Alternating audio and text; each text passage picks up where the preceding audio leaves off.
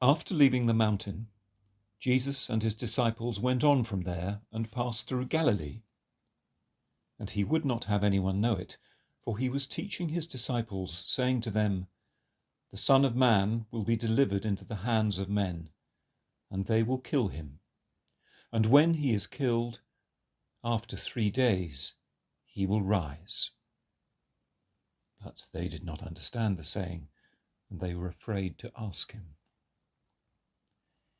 And they came to Capernaum, and when he was in the house, he asked them, "What were you discussing on the way?" But they were silent, for on the way they had discussed with one another who was the greatest. And he sat down and called the 12, and he said to them, "If anyone would be first, he must be last of all and servant of all." And he took a child and put him in the midst of them, and taking him in his arms, he said to them, "Whoever receives one such child in my name receives me, and whoever receives me receives not me, but him who sent me." Hello everyone. The former Archbishop of Canterbury, Michael Ramsey, was an unusual man by all accounts, and one of his striking and rather engaging qualities was the wonderful affinity that he's said to have had with young children.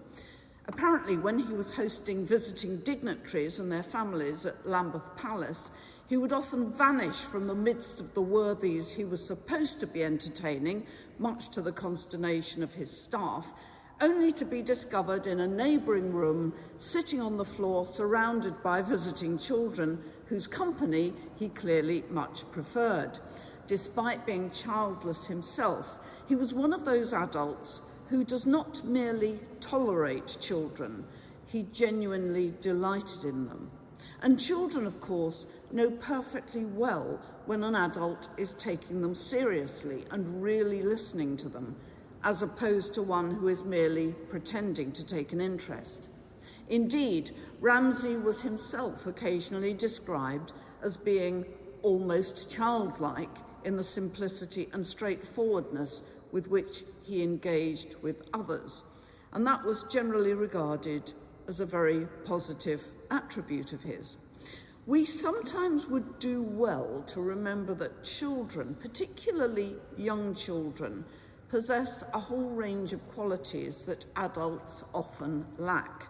For example, as any parents among you will doubtless recognise, children have a disarming capacity to speak the truth about people and situations, although they're also unencumbered by any sense of what one does and does not say aloud in public, which is why we can sometimes end up regarding children as something of a liability, feeling the need to keep them quiet and out of the way, telling them off for doing the very thing that normally we actively insist that they do, namely speaking the truth.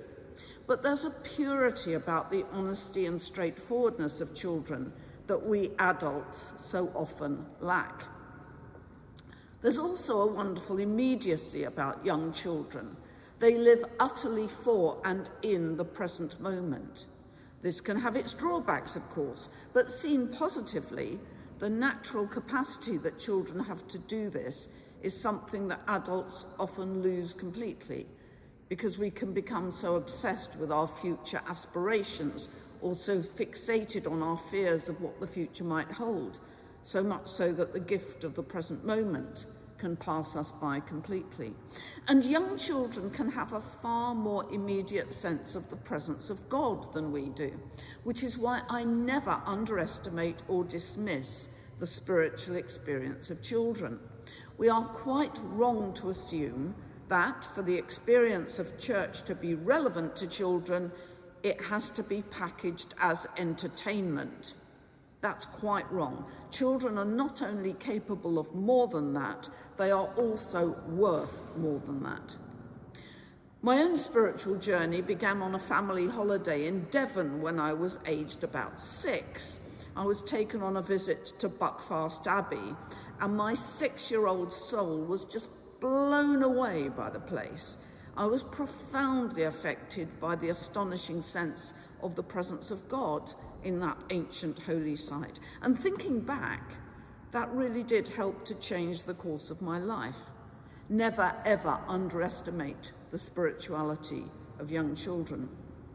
In our gospel reading today, Jesus, having discovered that the disciples were arguing amongst themselves about who was the greater, responds by placing a little child in their midst and saying, "Whoever receives one such child in my name receives me, and whoever receives me receives not me but him who sent me." There is, of course, all the difference in the world between a faith that is childlike and a faith that is childish. Sadly, there are many kinds of religion that contrive to keep people as spiritual and moral infants, telling them what they should be thinking, denying them the scope to grow and to explore and to ask difficult questions, and in the process also denying them the means to attain that true fullness of life and fullness of relationship with God that is theirs by right. Treat human beings as infants and they will never grow up. Conversely, we would do well to try to recapture all that is most good and positive and life-giving about being childlike, which is, I believe, what Jesus was talking about.